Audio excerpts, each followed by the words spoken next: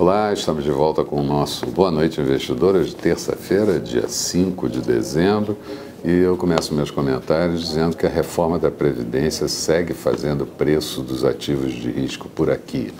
E o melhor exemplo disso é que o dia começou positivo, a B3, a Bovespa, na máxima do dia, chegou a atingir 1,47% de alta, foi perdendo força ao longo da tarde, passou o campo negativo e assim deve encerrar.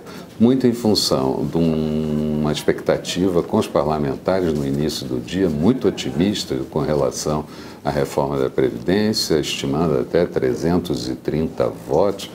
É preciso 308 votos para aprovar a reforma, partidos votando fechados, partidos da base, logicamente, mas ao longo do dia isso tudo foi perdendo força e os comentários de políticos foram virando, o PSDB dizendo que não há pressa em votar, já que se previa a votação para o próximo dia 12, que também não acredita em voto fechado dos partidos, que o partido tem que ficar liberado para votar do jeito que quiser, e isso modificou completamente o quadro do mercado por aqui, como nós vamos ver em seguida.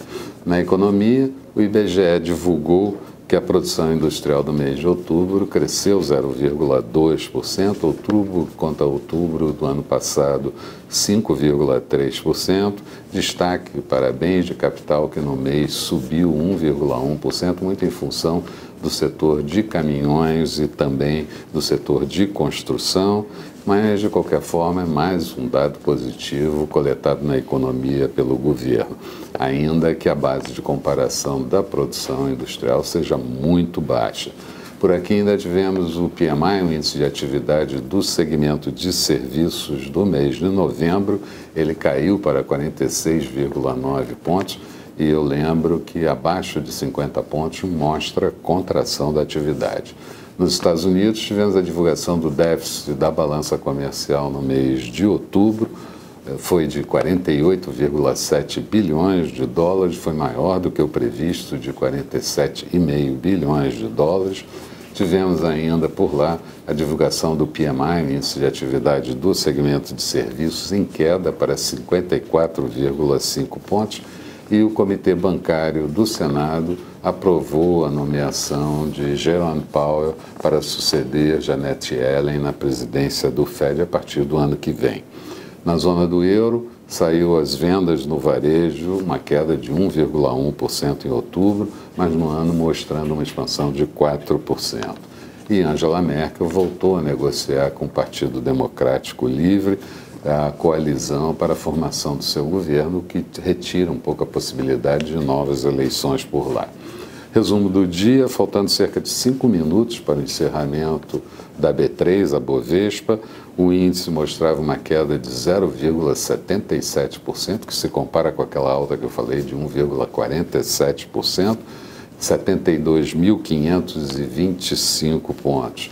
O Dow Jones, faltando cerca de uma hora, mostrava queda de 0,35% e o Nasdaq trabalhava diante da estabilidade.